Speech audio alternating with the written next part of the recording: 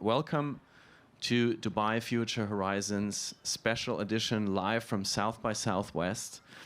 Horizons is a year-round series that mostly happens online and connects you with futurists, with scientists, with foresight practitioners, all year round, presented by the Dubai Future Foundation and Remote Daily. My name is Felix Zeltner. I'm a journalist and the founder of Remote Daily, and have the honor to be your host here at South by Southwest at the wonderful, magical Museum of the Future that landed like a spaceship in downtown Austin for the very first time. And it's amazing to bring two worlds here together for the first time at this amazing gathering that is South by Southwest. Our topic today is Portrait of a Futurist, an in-depth look into a rising profession. Why? The why is a new study is out, being released today. You'll be able to download it afterwards, so you don't need to take screenshot. You know the game. You'll see a QR code at the end.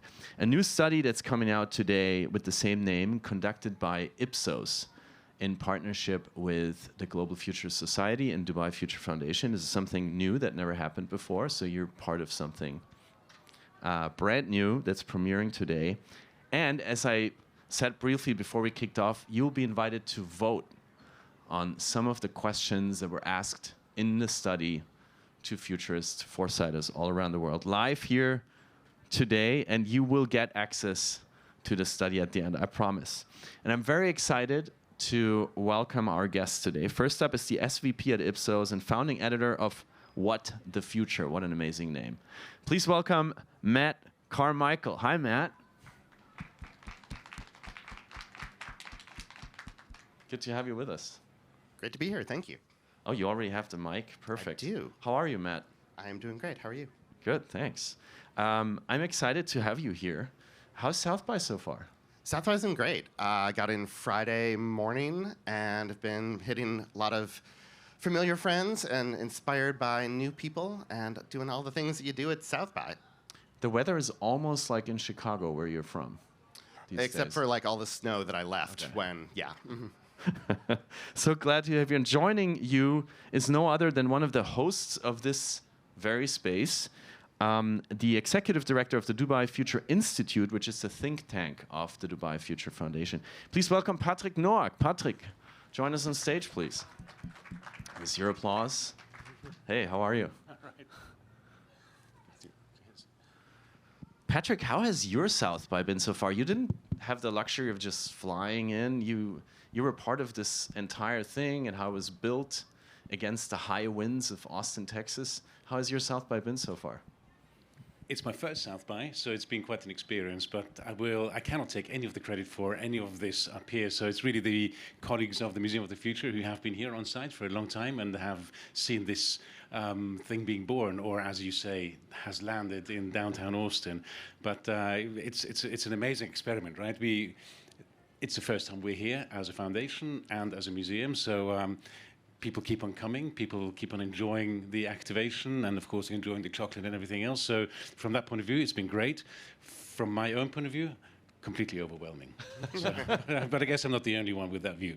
Is there a number to, because you did this amazing thing and opened this to everybody who has a badge, but also to the general public, do you have a rough number of how many Austinites, how many visitors have been traveling through the museum here so far? Yeah, we have an estimate. So the last 2 days, which was Friday and Saturday, we've had in total about 12,000 people coming through. So it's more than we expected.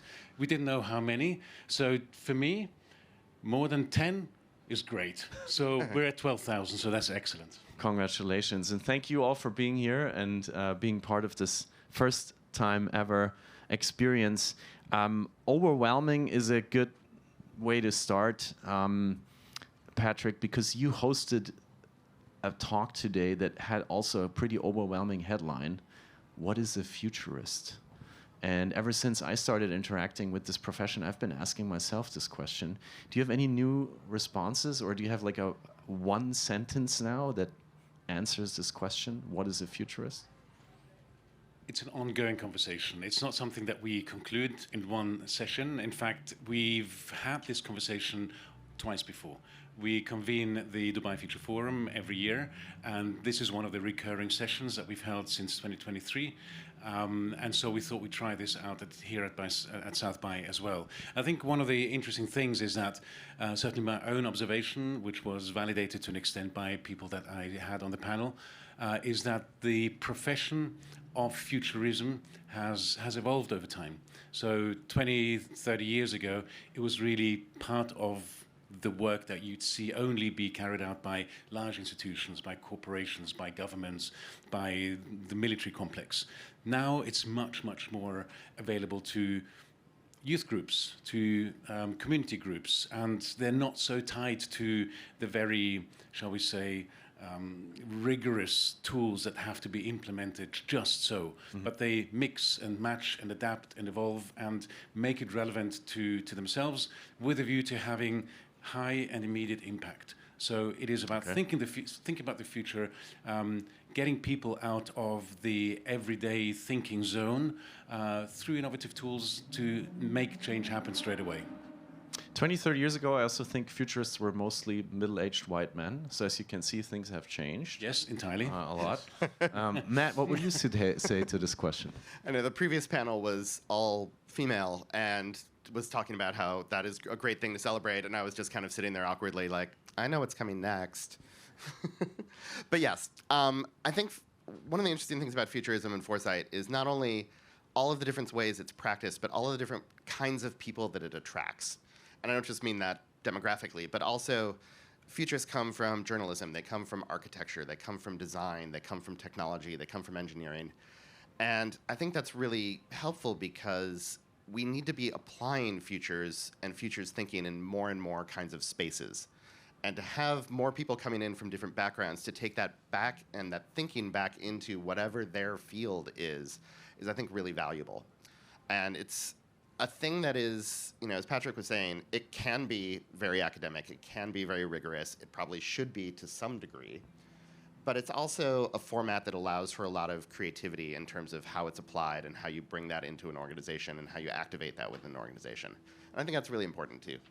I think in 23, the first futures thinking curriculum was introduced to my field, journalism, which was fantastic for me to learn because it wasn't part of my training as a journalist, for sure. But why are futurists important for businesses these days? Why should every business have a futurist? You might have noticed that the world's a little bit of an uncertain place these days. In some ways, it always feels like it's more uncertain than ever, but maybe there's always some degree of uncertainty. But I think in business especially, or maybe not especially, but in business, it's important to be thinking about the future because you have to anticipate where your customers and your clients and your patients and your audiences are going. You have to think about kind of what the world is going to look like. And we talk a lot about, and the previous panel did as well, that future is really a plural, that there are many plausible and many possible futures. And so to bring that into a business and an organization, and it can live in lots of different places within the business as well. It can live in the C-suite, it can live in insights, it can live in innovation. It probably should live in all of those places. And so it allows you to kind of think about the world that your base might be in and start to innovate those products now, to start to work on the supply chain, start to think about the risk management, start to think about the brand and how your brand is going to have to evolve over time in these changing spaces and what the risks there are. And so I would say it is always critical, but it's always a good exercise for a business to go through to, however formally or informally they can, think about the future to some degree and be able to work that into their planning and strategy. I'd like to echo that to an extent and contextualize it also from the point of view of Dubai Future Foundation and Dubai, right? So we're an entity that exists to support the government of Dubai to think 10 years ahead. So this is not a gimmick of saying, we're 10 years ahead. It's not about time travel or anything like that, but it's to say, what is it that matters for Dubai in 10 years' time? And if we get a good understanding of this, or at least if you can imagine it, and if we can support it with the right kind of research and insight and data to an extent, then we can start already being proactive about this today. So there's nothing worse than having some kind of a objective or vision or target 10 years down the line, and then 9.5 years later you start running and say, how do we meet those objectives and targets? And so the 10 years ahead purpose is really to say, how can we already institutionalize some of that foresight thinking? How can we bring some of those projects or programs or activations or whatever it is off the ground? And so a lot of the research that we do, a lot of the work that we do really is with purpose. So it's not just, here's a nice piece of research, take it or leave it, and then move on to the next piece. So as a consequence of that, we've established, for example, the Dubai Climate and Environment Authority, which hadn't existed before. Okay. We've established the Dubai Carbon Market, which is now run as a pilot by Dubai DFM, Dubai Financial Markets. So we do these things because we feel they're likely to be very important for the future of Dubai, but we seek to implement them at the same time. When I came to Dubai for the first time, somebody really said to me, yeah, if you think about another city in the world and they say in 10 years we want to do something, we want to do that now. Yeah. And it's an amazing narrative to have also as a people, as a body. So it's also a great story, I think, to bring people to change. And Matt, why this report? By the way, I'll get up because I would invite you to all to get out your phones and scan this QR code because you're about to participate in the voting that has been part of this report and give your own voice and share your own opinion on some of the key questions of the report. But Matt, why did Ipsos do this report? Sure. So Ipsos is one of the leading global market research firms. We're in 90 countries, 20,000 people. And for 10 years, we've been running a huge public research project called Ipsos Global Trends. And this being the 10th anniversary, it is the biggest and best global trends report we've done. One piece of that is a global survey of more than 50,000 people across 50 markets, representing 75% of the world's population and 90% of its GDP. Did you get all the numbers? They're really big numbers. Let's just leave it at that. There are a lot of people who take this survey. And as we started working with the Dubai Future Foundation and thinking about things we could do at the event and things we could do in partnership, and they have been such great partners with the Global Foresight Society, we started thinking, well, as we're thinking about the future, as we're thinking about trends, how do futurists view the world? And no one had really asked that question. No one had really asked futurists how they view the world. So we took our usual Global Advisor questionnaire, which is a big survey across a lot of different topics and a lot of different themes. And we sent that in partnership with the GFS to their membership so we could ask futurists how they view the world. And then through this report, we're going to show you the results and how futurists think about the world in the similar ways, but also how they think about it differently. And I think there are a lot of interesting implications to that we'll talk about today about if futurists view the world differently than the general population globally, what does that mean for their work and the kind of blind spots that opens? I was just, from this amazing team, very kindly reminded that some people couldn't scan the code. So has everybody scanned the code? All right, great. Thank you. Thanks to this amazing team here. So before we go into the specific questions that we are asking you to help us give your own opinion on, when you looked at the report for the first time, Patrick, and the results of what Matt just shared, it's a bunch of futurists versus the rest of the world. 50,000, was it, people that you polled? Yes. Not futurists, general population. How many futurists? The futurists, we had about 125 who took the survey. When you looked at it for the first time, was there anything that shocked you or surprised you specifically? So I'm looking at, you'll see this in the report when you're able to download it. There were a number of really interesting things, but one thing I remember we had with the conversation in the lead up to this that I found surprising and interesting, and I mean, you will tell me if this is shocking, but maybe just by, I'll give you the question. Here's the question. It's a... Wait, are you giving one of our questions away right now? No, I don't think so. Okay, let's see. The suspense is in the room. Suspense, I hope you can feel it. Would you answer yes to this question? Yeah. So listen carefully. It says the main role. Okay, just for suspense. Just remember, yesterday was Women's Day. So the question is, the main role of women in society is to be good mothers and wives. How many of you would agree with that? Oh, so many hands are rising. So many hands. I think that just speaks to the fact that you're all futurists. Now, Of the general population that was surveyed, 39% said yes. Of the futurists surveyed, 8% said yes. So the futurists had a much more liberal, open-minded, open-hearted, probably up-to-date view on this particular question, and that really struck me. It struck me perhaps not so much that the futurists, or only 8% of them said yes, but it's really the difference to the rest of the global population that I found surprising and telling, because it's a 30% gap. Okay. So there. Thank you. Matt? So my global CEO, Ben Page, is fond of saying that if it's an interesting finding, it's probably wrong. But what he means by that is that if it's a very different finding in a survey than you would expect, there's probably something in the data, and there's probably something about the way you asked the question that led to a bit of an outlier of an answer. So I think in a lot of ways when I looked at this, it confirmed a lot of things that hadn't really been quantified. As I said, no one had ever really done a survey of futurists to see how they viewed the world.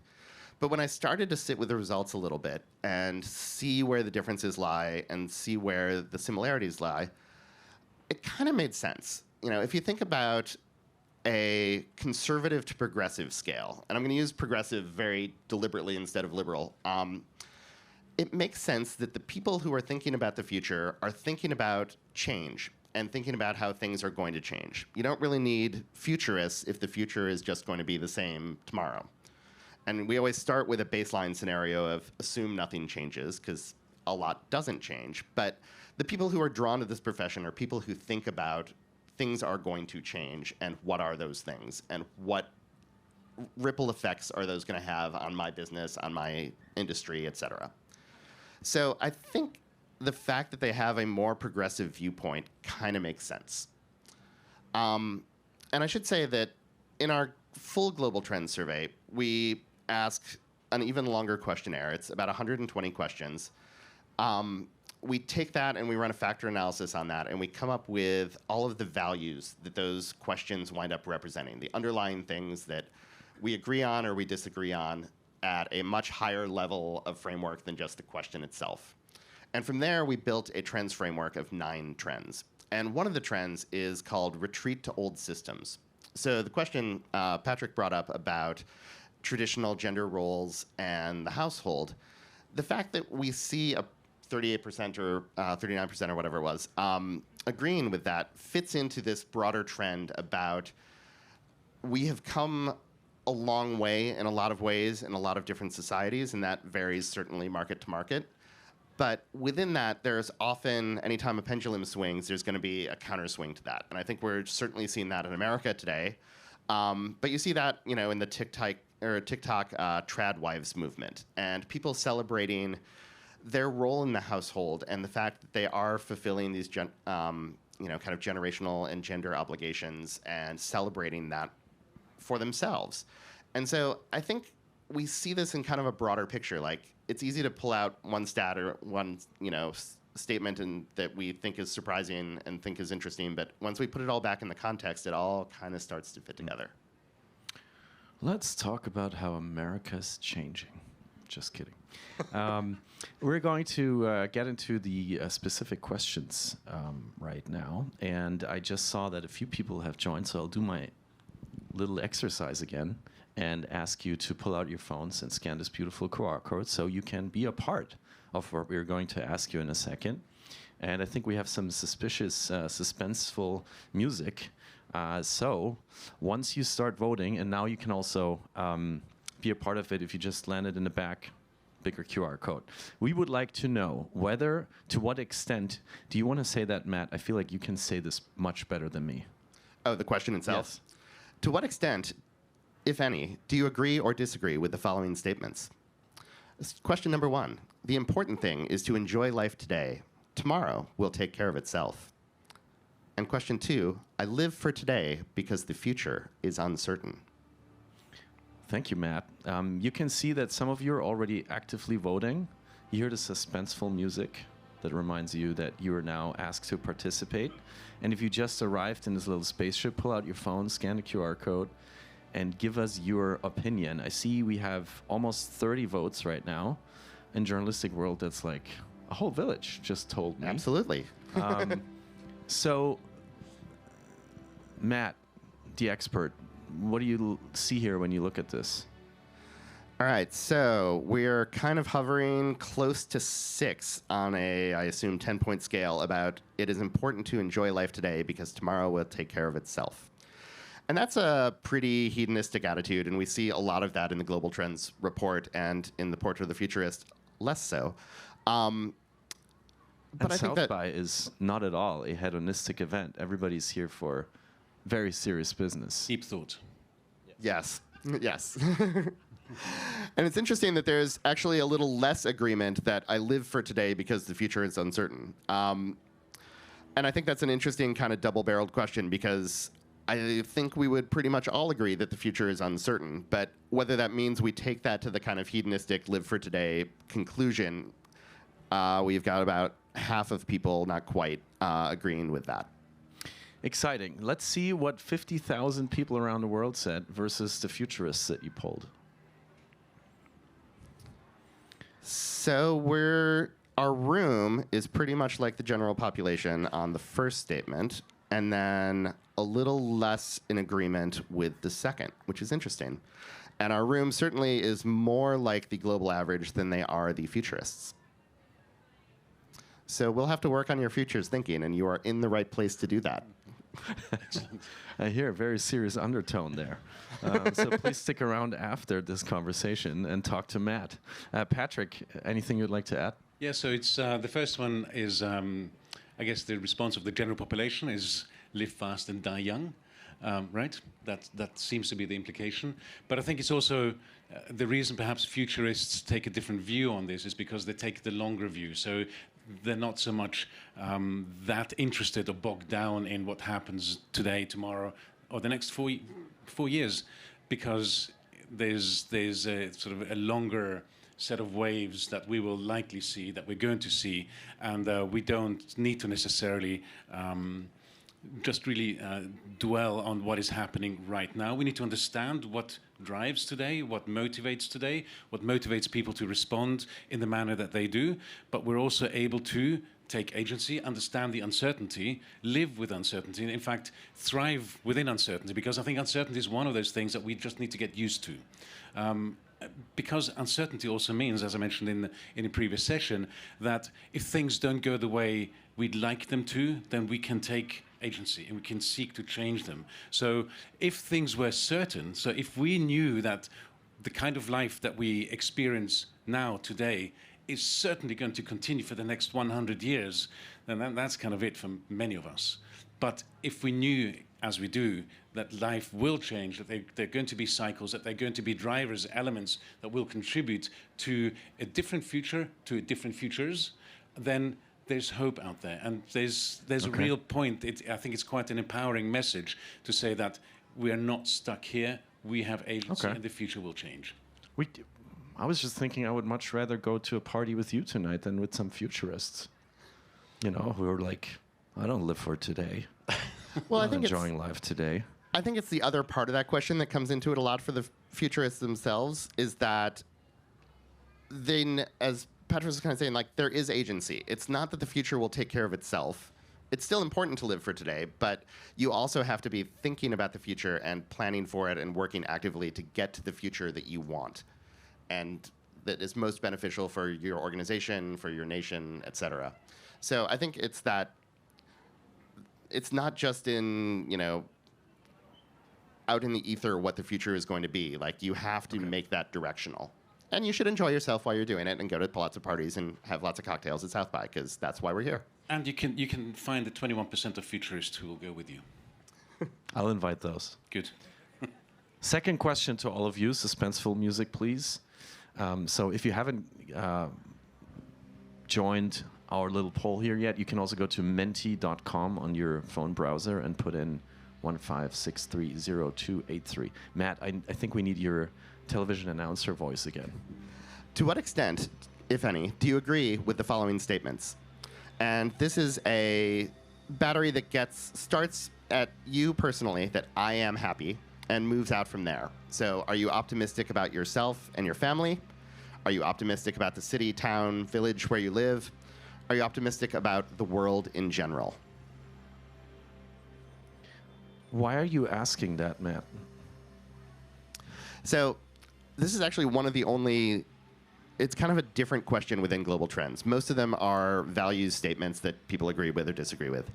And so global trends, as I said, we've been running this for 10 years. It has a lot of different questions on a lot of different themes. But it's good to kind of gauge your general outlook on life at the start. This is actually one of the first questions in the survey battery. So it gives us a sense of where everyone is today as they're thinking about all of these issues. And we'll see in the results in a moment, there is a particular pattern that whenever we ask this of any population, we see a specific pattern about that when we get to the results. But then it's interesting because we can then cross-tab all of the other statements based on how optimistic people are or how pessimistic they are, which leads to some interesting fun in the results too. And this is a happy room. I'm so glad. Because this is the vibes I get when I walk through this venue and sit here. I was sitting here yesterday too. Thank you for, being happy. Patrick. This is really interesting. You get a bimodal distribution at the very top one, right? So people are really happy. And they're very, very happy. So you've got the happy at like 7 peak, so to speak, and the really happy 7.5 and above. And so that's really amazing. And I think the same kind of people, though, while they are individually happy, they're not so optimistic about the world. But I think that's a really important message. So while you're not that optimistic about the world, that doesn't get people down. That doesn't make them unhappy. That doesn't give them that level of the concern individually. So I think it's really an important message here. Does this strike you in any way? Are we ready to move to the rest of the results? So yeah, this is exactly kind of what we see when we look at the global population. People are generally happy. People are generally optimistic, close in, about their own future, about their family's future. And then the farther away you get from the person individually, the less optimistic we are. I think part of that comes into agency as well. We have a lot more control over our own happiness, about our own world and our own family and the choices we can make to influence that. But as we get farther and farther, we have less and less control. Like, I can't personally change climate change, but I can recycle for whatever that's worth. And it's debatable whatever that's worth. But there's kind of a stoicism to that as well, right? Like, I can control the things I can control, but I can't control the things I can't control. And so this room, again, is going very much along those lines. And interestingly, the futurists are generally happier and generally more optimistic than everybody else, which is kind of fascinating for people who think about the future all the time, given they're actually less optimistic about the world in general, which is also fascinating. But the fact that the people who think about the future the most are still optimistic, I think, is cause for optimism for all of us. Yeah, and it calls for hanging with them, right? Exactly. Futurists are fun to party with, I'm telling you. Can I just add to this? I think, again, it comes back to the term that you might consider, or you are where you are today, but your own happiness is also about your potential future happiness, right? So how confident and comfortable are you with your outlook on life, with your expectation of where we might be going? And so perhaps futurists might take the longer term, as I mentioned in the previous question, and they're less concerned. Perhaps they're also reading more widely, so they might not just take one source of information or truth or input. They might have fewer, let's say, they might seek out information that does not confirm their biases, whereas perhaps the general population does more, is more looking to a confirmation bias. So I'm really delighted here, that I have the opportunity to watch Fox News, because I don't get to watch Fox News back in Dubai. So and it makes you happy. It makes me so incredibly happy because it gives me a different point of view, right? I don't need to watch 8 hours of it, but it gives me a different point of view. Very interesting. Is there a medium that really makes you happy that you consume every day? Just asking for a friend. There is. Yeah. I'm very sort of, what's the word? shy about saying that because it will confirm your bias about me being a middle-aged white man, and I read the Financial Times. That makes you happy, for the record. Okay, Matt? Yeah, I don't think we've polled Financial Times readers on their level of happiness, but I'm curious now. Are you all ready for the third question? All right. Suspenseful music, please. And Matt, we need your amazing voice one more time. So we kind of tipped this a little bit earlier, but to what extent do you agree or disagree with the following? There are only two genders, male and female, and not a range of gender identities. And the main role of women in society is to be good mothers and wives. Okay. So you might have not been here a couple of minutes ago when we quickly dove into this question. Why is this a part of this survey, Matt?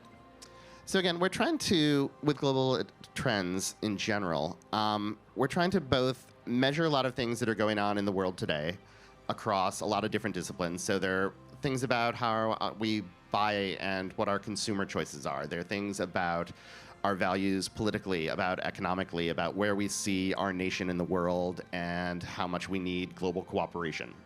Huge, broad range of things in the questionnaire.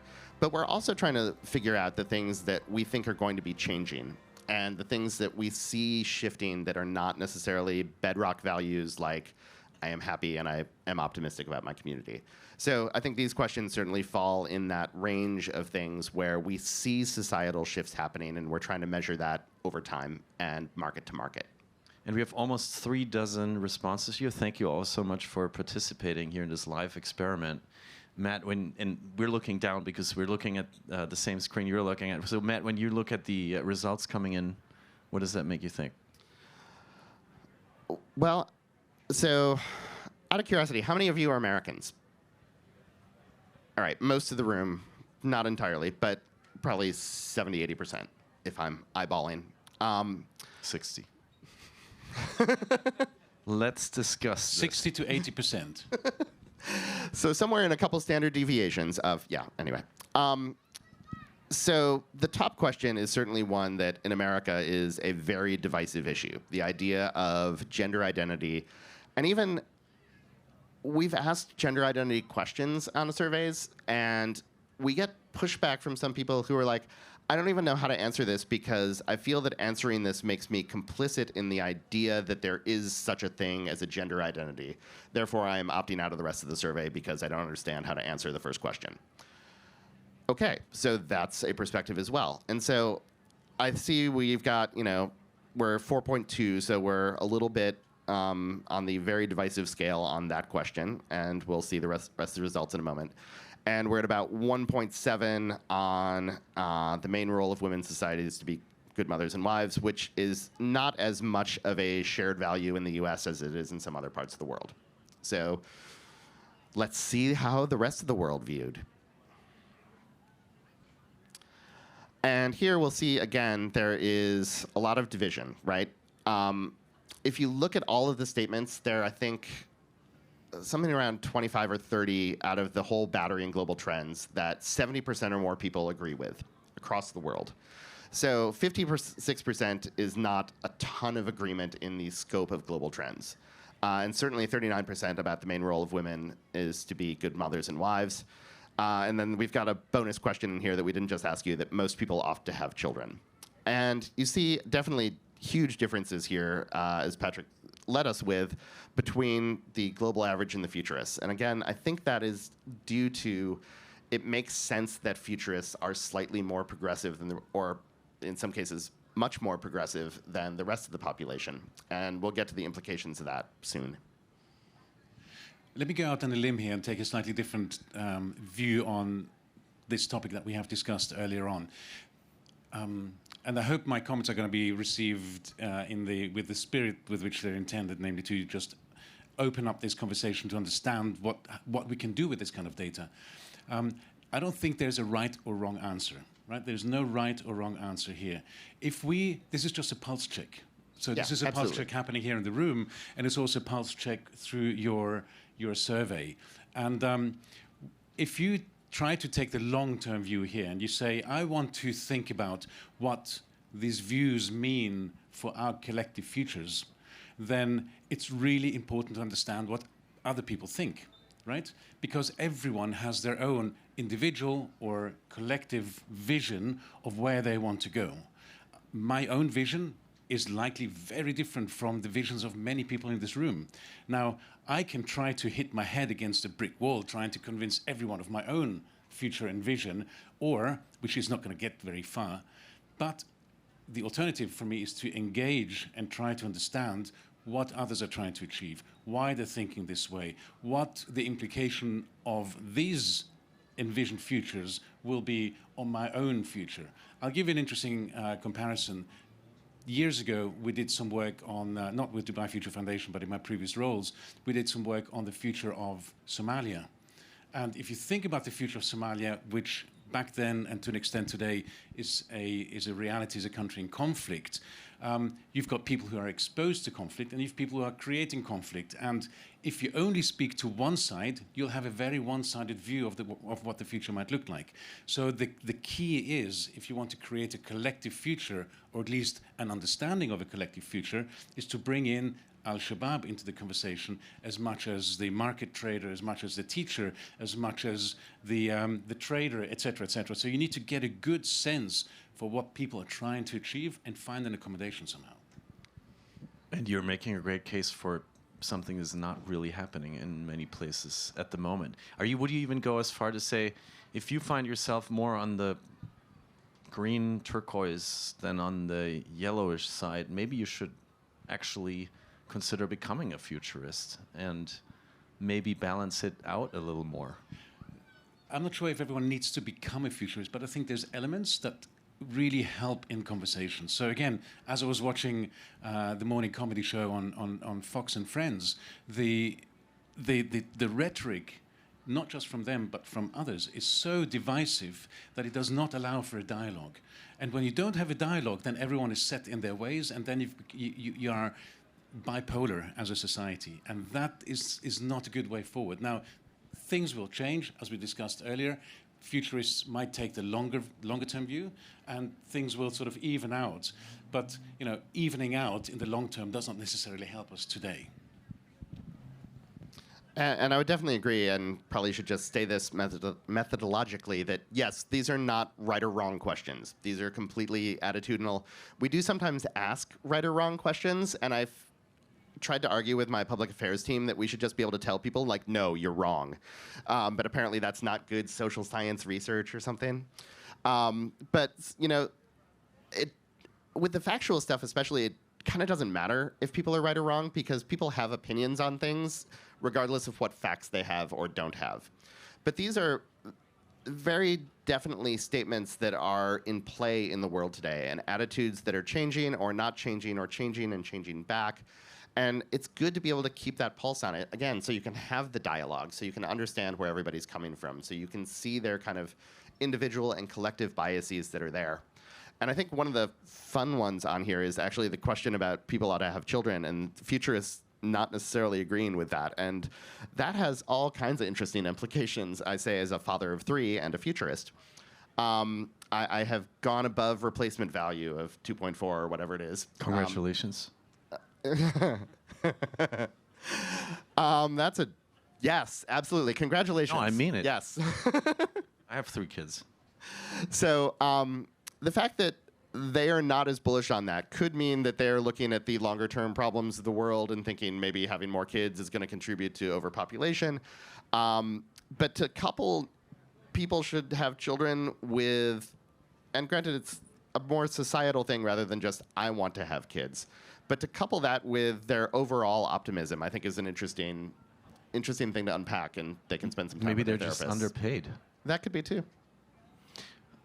We can talk about this another time, Patrick. Are you ready for the last question? Yes? Okay. We still have attention. If you had just rolled into this room and you're wondering, what is going on here? Portrait of a Futurist, in-depth look into a rising profession is what you're participating in. It's a live podcast that we ask you to interact with. And you can go to menti.com on your phone browser, put the number in that is up there, and help us vote on our last question, which is just one specific question, again from 0 to 10. Matt, your voice and music, please. To what extent, if any, do you agree with the following statement? It is more important to develop the country's economic growth and performance than it is to improve people's happiness and well-being. So let that sit with you for a moment. I see the answers are already rolling in. Why are you asking that, Matt? What is the background of this question? Well, again, we're trying to measure a lot of different things, and this is clearly a role of business in society kind of question. And where do things like ESG fall into things? Where does the role of the business in a really straight up capitalist return value to your shareholders kind of way versus how it might be viewed in other countries and other markets and other types of economies? And this room does not seem to be agreeing with this statement at all. Very interesting. Does that surprise you in any way? Given that we are in a capitalist country, you know, maybe a little bit. Patrick, how about you? When you look at, we have already almost 36 votes here. Thank you for participating. We appreciate it. Does it surprise me? I mean, I like the answer. I like the answer. I think it's got a very long tail. And so, to an extent, it does surprise me, but I think it also speaks to the audience that South by gets. And so, it is very much contextualized, I think, from that point of view, yes. Let's look at what Ipsos found out. So, this is part of a broader range of questions that you asked, but we picked this one specifically, Matt, because it was the one with the starkest difference, right? Yeah, absolutely. So you'll see that that is kind of the second from your right. 44% of people worldwide agree with that. There was less agreement with that in the room, and only 15% of futurists agree with it, which is interesting. I mean, futurists are generally working for companies and brands. They're working for governments. They are trying to help the businesses succeed and help the businesses create products that are going to resonate in the future. So their incentive is certainly to help companies grow and perform. But I think the futurists also see that the company has to fit into the broader world and that there is no economy if people are unhappy, if people are not thriving, if people are not succeeding themselves. So I think that's a really interesting perspective that 44% of people do agree with it, which might seem high and is certainly higher than it was in this room. But the futurists, yeah, they're not buying that companies exist solely for their shareholders. They think that companies have to play a part in the future. And I think as we've seen, especially in the US and a lot of developed economies and in Europe, there's been a decline in trust in institutions. And so that gives a lot of chance for businesses to kind of step into that a little bit and play a broader role in creating conditions for there to be trust and messaging around trust and creating, you know, authentic experiences and all that stuff that you'll hear all the other panels at South by talk about.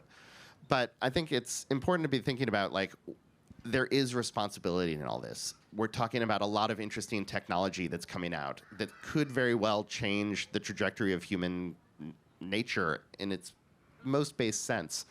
And so I think the futurists are thinking, like, okay, it's great to develop all these technologies, but where does that fit into the world? How is that going to make the world a future we want to be a part of? A journalism professor that I admire, Jeff Jarvis, once said, Europeans trust in government, Americans trust in corporations. There's some truth to that, certainly. And it makes me wonder, is there any corporation we should trust in right now? I think there are a lot of corporations that are thinking about these things in a responsible manner. I am not going to name names one way or the other, but I think there's definitely a position for corporations to be taking to understand the values that their customers share, and I think something like Global Trends actually really helps with that. That it's a really important time to be close to your customers, to be doing the research, to be understanding in all of this uncertainty how people are feeling and where they're feeling it, and to be able to communicate with them and build that trust. And, you know, in the US, there might be a time soon when you trust the food system less because you don't trust that it's being well managed or well regulated at a federal governance level. that is a plausible scenario. So that's going to be even more important then for, say, food producers to build that trust themselves so that you know that this particular product I'm going to take off the shelf is going to be healthy and safe for me and my family and for me to give to my 3 kids. So I think that's going to be a growing space for brands to be playing. You're a diplomat. I work for a nonpartisan political polling firm. Patrick. Let me just add here, I think a really important point for us to consider on the back of what Matt has said is that not all futurists work for the private sector. So you get a lot of futurists, active in government or who advise or are part of non-profit organizations or in community-based organizations. They have a real role across all of these sectors, right? And so one of the things that we focus on when we do the research, the foresight research we conduct at the foundation, is an element that we've published, which is about growth, prosperity, and well-being. So the kind of work that the foresight work that we do, we ensure, first of all, whether it's consistent with growth, prosperity, and well-being. The last thing we want to do, us, maybe not others, but the last thing we want to do is provide advice on elements that will include economic growth, that we will look back on 10 years down the line and say, holy mackerel, we shouldn't have gone down that route because it's impossible to untangle us from this. The reputational damage may have been horrible. The way we're seeing the kinds of trade relationships that have been established as a consequence were horrible. So we really want to make sure that our advice for government is underpinned by very strong principles. That's the one thing. The second thing is what's baked into this question is economic growth / GDP growth. And GDP as a measure more and more is being discussed as whether it's actually the right way for us to measure growth, economic growth, because what it doesn't take into account is all of the externalities, right? So all of the costs that we push onto the environment, on people, on the planet, on mental health, on whatever else, these are all costs that are not baked into an economic growth model, as well as many other things. So I think what we'll see going forward, and I think that will affect the responses, is a more open and more understanding and a more holistic approach to how we see growth. And I should call out one more of the questions that are on the screen at the moment. So to Patrick's point, yes, everything I have said where I talked about like brands and companies could also be translated into governments and policy. But the statement about I tend to buy brands that reflect my personal values kind of comes into this discussion we're having. So that is one of the statements that we have seen the most change on in global trends. That is up 20 percentage points across the globe in the last 10 years. Oh, wow. So more and more, we are really looking to express that individuality and express our values with the dollars that we spend, or euros, or whatever your currency is. And the fact that futurists are even more in that camp, I think, is interesting as well. But this is a really fundamental change we are seeing in consumer behavior, that we not only are looking to align our products and the things that we buy with our values, but we are looking then for brands to have some values that we can align with. And I think we're seeing that a lot in the US today, especially. We just had No Buy Thursday, and there are a lot of different boycotts, and then there are counter boycotts. And there's a lot going on in that space, but it all comes back to, again, the kind of relationships that we're now developing with the products and services we use. Also, it looks like futurists don't really like where customer service is going. Do you call up your phone company a lot and complain, or? Yes, I do take advantage of customer service channels.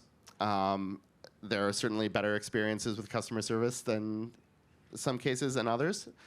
Well, I'm from Germany, so when I moved to the U.S., that's when I learned about customer service. I think you guys are still pretty good. Yeah.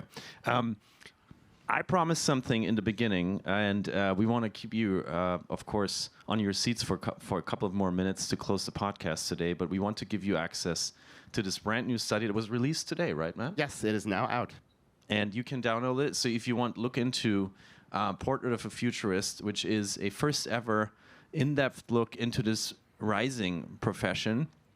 and was published by Ipsos, conducted by Ipsos in partnership with the Global Foresight Society and Dubai Future Foundation. You can scan the QR code now. For once, the QR code is not over my head, but over Patrick's head, so you can get it here. And we want to thank you again for participating in this conversation. I would like to close with a question that I stole from Matt, because Matt is interviewing people all around the world all the time, and I, as a journalist who hosts a lot, I'm always looking for amazing questions.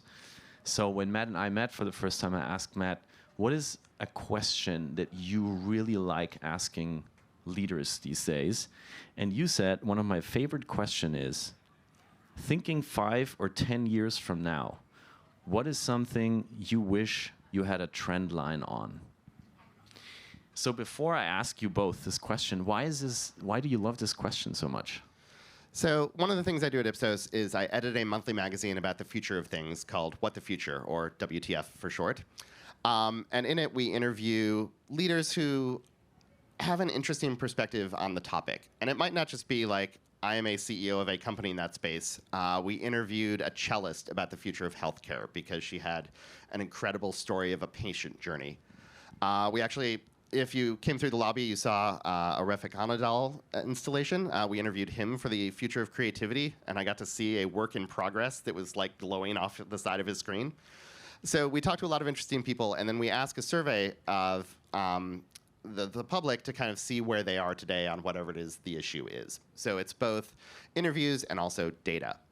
And we use this as a prompt for the people we're interviewing to kind of get them in that future mindset. It makes them stop and think not just about the next election cycle or the next fiscal quarter or their next earnings call. It makes them have to think about, like, okay, yeah, that's a good point. Like, if we're talking about the future, what is something I'm going to wish I had data on? And it totally reframes their way of thinking for the moment that we're in that interview so that we can start to really think about the future.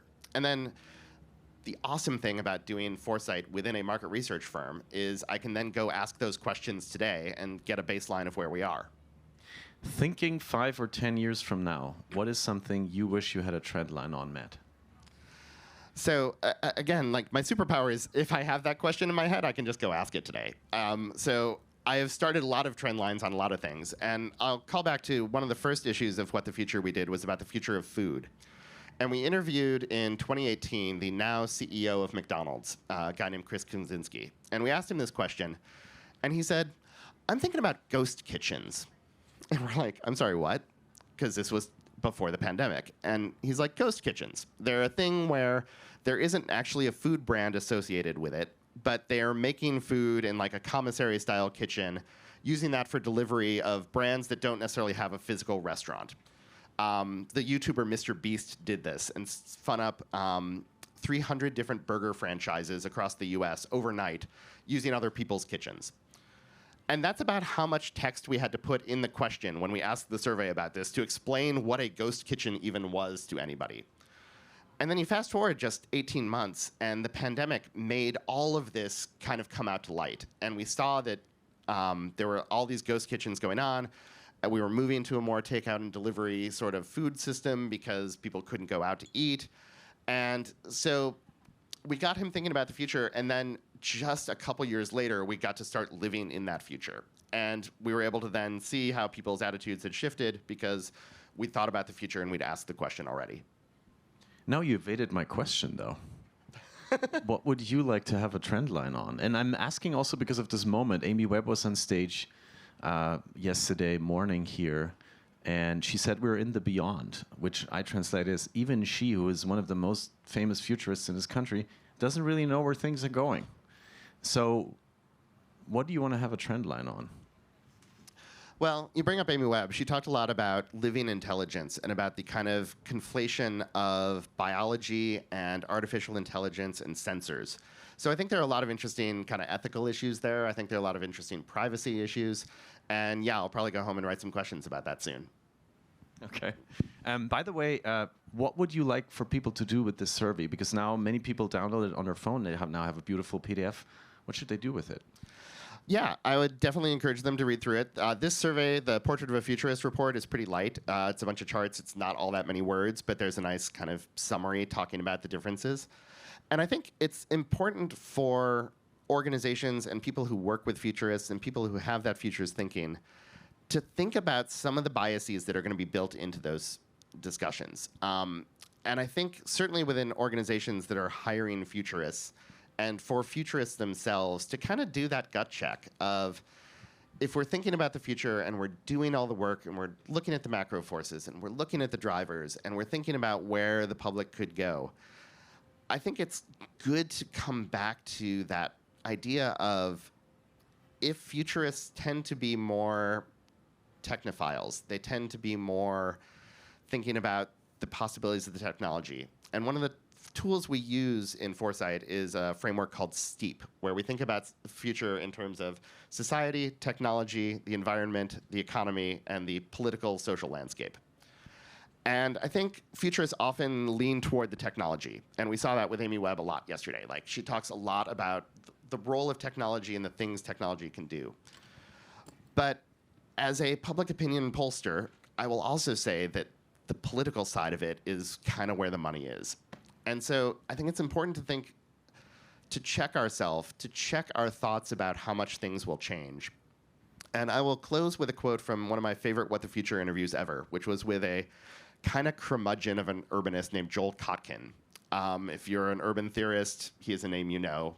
He's often a foil to Richard Florida. Anyway, he said, looking back at my career, and I'm paraphrasing a little, if there's anything I would regret, it's that I underestimated the importance of inertia. And that quote has just stuck with me and stuck with me and stuck with me, that we're always looking for change. We're always thinking about change. We're always looking at the drivers of change. Like, that's literally a thing we are looking at, is drivers of change. But we're not looking at what's going to keep us in the same place. And I think for futurists to remind ourselves that things change back, things don't change. Inertia is a very physical force to try and overcome. I think that is a good check to always keep on our shoulder. It's a nice trend line to have for the next 5 to 10 years. What happens to inertia? Yes, exactly. Patrick, what would you respond to this question? So let me keep it short. And I looked up, because I wanted to get the definition right. There's a concept called the Overton window. Right? So it's the things, let me just read it out. The Overton window is the range of subjects and arguments politically acceptable to the mainstream population at a given time. And so it's a range of things that are, acceptable or sensible or just completely outside of the window. You don't touch, you don't talk about, it's taboo. But the range of that window, so that window is broken, is smashed, doesn't exist anymore. Back in the day, we had a lot of areas, a lot of topics that were politically fine, politically acceptable, and you could develop policy around those.